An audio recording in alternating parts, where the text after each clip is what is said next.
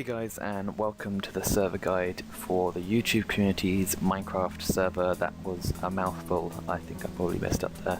Anyway, kicking off, I just want to explain to you guys some of the things that you may want to know when you start playing in our world, just to help you get used to things quickly. So to start off with, the first thing to know is that everything is color coded. So, for example, survival. This is a red theme. So whenever someone speaks in the chat, if they have, for example, if you look here, Asian Thief says hello.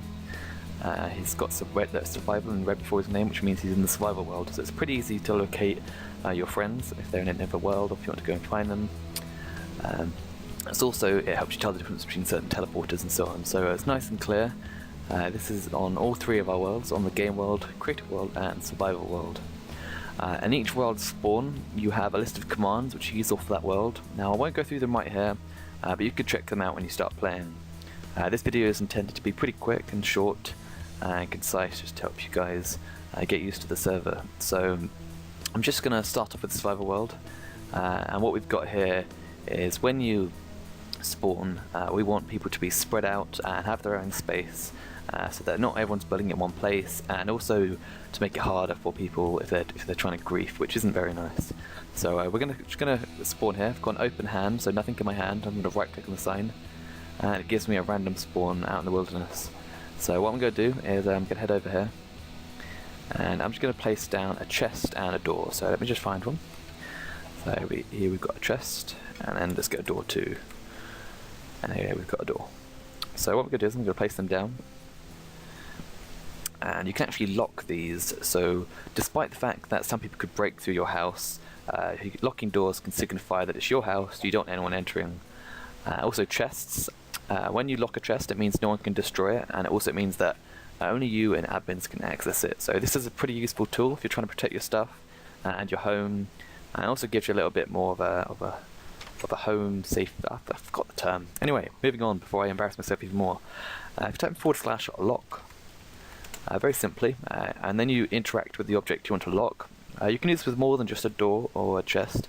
You can experiment and see what you can do. You can do it with gates and furnaces and so on. We're just going to do it with the chest and the door for now. So I've typed /lock, and I'm just going to open the chest. And as you can see here in the bottom left, it says chest locked, which means that only you and an admin can now access that chest. You can do the same for a door. So if I just do /lock, use the door, it says door locked in the bottom left. So if you're not 100% sure if this has been locked, or if you see someone else's door and you want to see who's locked it, you can type /sc space info, and then you can interact with it. So for example, let's interact with the door, and it says quite clearly I am Techie's door, so that is the person who created the lock. Then it says public no. This means that just not anyone can use it, it's locked.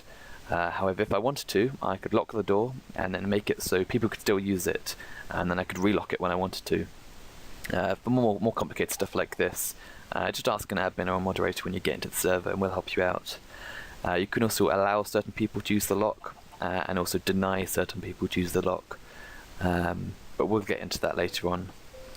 So same as with the chest, you can just type /sc info, use the chest, and it will tell you who can use it and so on. Last thing I want to show you guys before we leave the survival world is setting your home.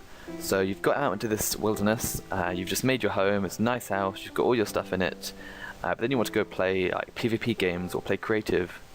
Well, if you do that, you may lose your home. So what we want you to do is type /set home, and what it will do is it will set like a teleporting point so that you can teleport back to here whenever you want. So if I'm going to move away now, I'll type /home, it'll take me back to my home.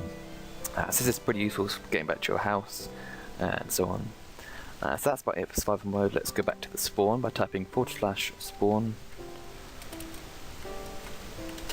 There we go, and we're back in the spawn world. So we're just going to take a quick look at the game world and the creative world, starting off with the creative. Once again, you can see that this is color coded in blue.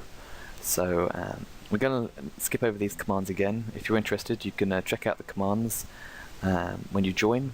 If not, then stuff at your own risk.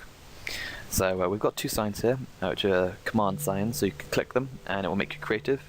And this one will just change it to day. this is only for this world. When you move into a different world, it'll put you back into survival mode, and so on. So the way this map's laid out is that it's divided into plots. This means that everyone has their own square section to build in, and only they can build in it. So to claim a plot, you simply go onto it. So I'm going to go onto an empty one over here, and I'm going to type, where we go, I'm going to type plot/plot me space claim. And this plot is already owned, so I can see who owns it. I can type /plot me info, and it's owned by Riverdog. So I'm going to let him keep it while I try and find my own one. So I could type that again, plot me claim, and I could claim this one. However, the quickest way of sorting this out and getting a plot is to type /plot me auto, and this will automatically assign you a plot which no one's using. To get back to your plot, you can type /plot me home, and it'll take you to your plot. If you've got several plots, you can have up to 3. If you've got several plots, it will take you to your first one. To go to other ones, you can check out the commands in the spawn. So moving on, I'm just going to go back to the main spawn. Whoops. And remember, the survival spawn is the main spawn, so it'll take you back here. And we're going to go check out the game world. So the game world's a little different. Because we've got several games, we can't fit all the commands in this wall, so we've left it blank. And what we've got is we've got teleporters to each of the worlds. So we've got, at the moment, we've got Mob Arena, which is like a gladiator arena. We've got Zombie Survival, which is currently being built, but will be out soon. And we've got the Hunger Games, which is, it requires several people to be able to play, and therefore we only open it for events until the server is populated. So we've got spleef fighting as well. That can be played any time. You've got to have at least 2 people, of course, because it's a 1v1 game. And we've got parkour, which is coming soon as well. So I'm going to cover these game modes in a separate game, because I think it warrants it in a separate video, sorry.